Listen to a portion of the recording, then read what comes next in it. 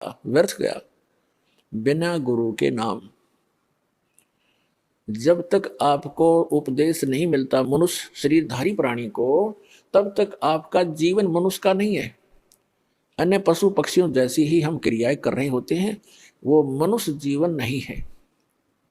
जिस दिन से आपको गुरु प्राप्त होता है, सच्चा गुरु, सतगुरु और सत साधना, उस दिन आपकी आत्मा का जन्म समझ लो, पुनर्जन्म, आपका मानव का जन्म स्टार्ट होता है।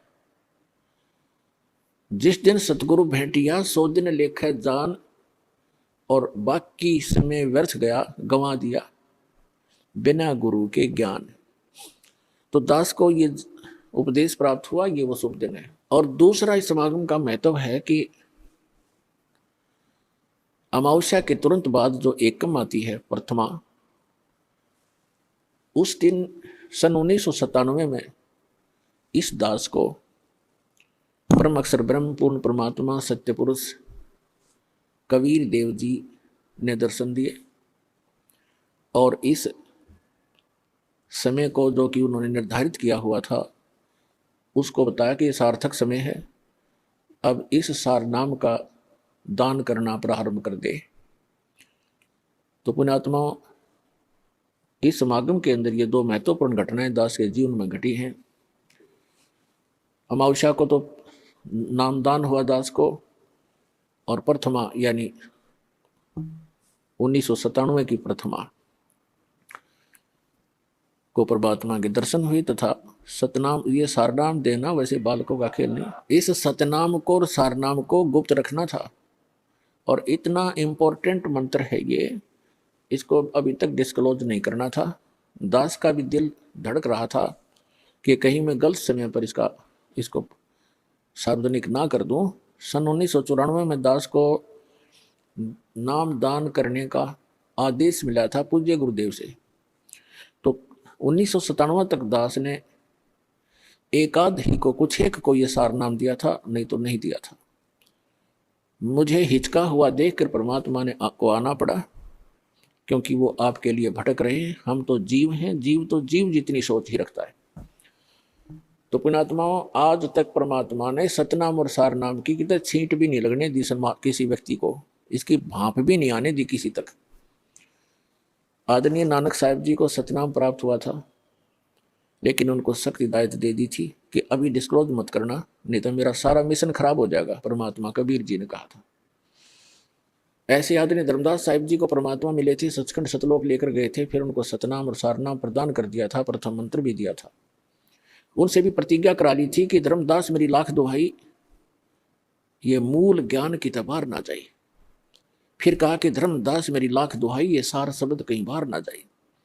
ये मूल ज्ञान और सार शब्द बार जो पढ़ी, ये बिचली पीढ़ी हंस नहीं तरही।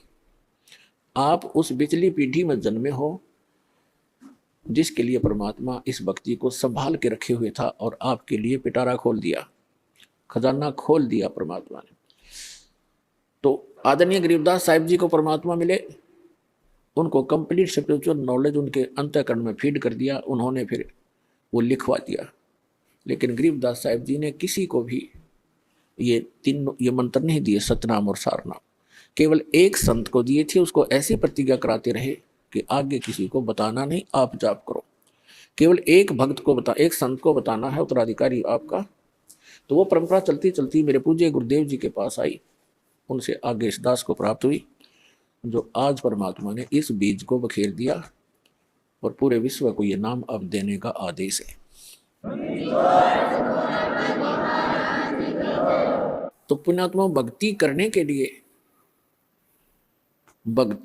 के लिए हमें सबसे पहले परमात्मा पाने के लिए, आत्म कल्याण कराने के लिए सबसे प्रथम हमारा गुरु होना चाहिए।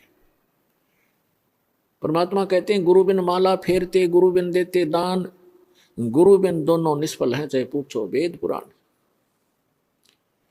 पूर्ण संत के बिना, सतगुरु के बिना यदि आप जी नाम जाप भी करते हैं और कोई दान धर्म भी करते हैं, वो आपका व्यर्थ है। फिर उदाहरण देते हैं कि राम कृष्ण से कौन बड़ो, उन्हों भी गुरु कीन, और तीन लोग के वे धनी, गुरु आगे अधीन। परमात्मा हमें याद दिलाते हैं कि गुरु के बिना यदि कोई साधना करता है वो व्यर्थ है, दान धर्म करता है वो भी व्यर्थ है।